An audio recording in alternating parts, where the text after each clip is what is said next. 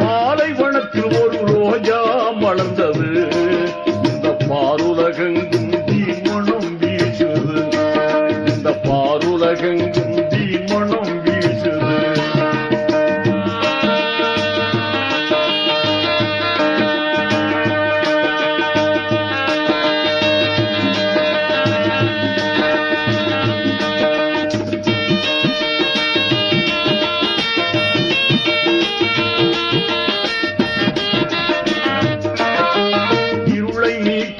நிலவை போலவே எம்மானபி பிறந்தார். இருளை நீக்கிடும் நிலவை போலவே எம்மானபி பிறந்தார். அருளும் பெருகவே ஆற்றல்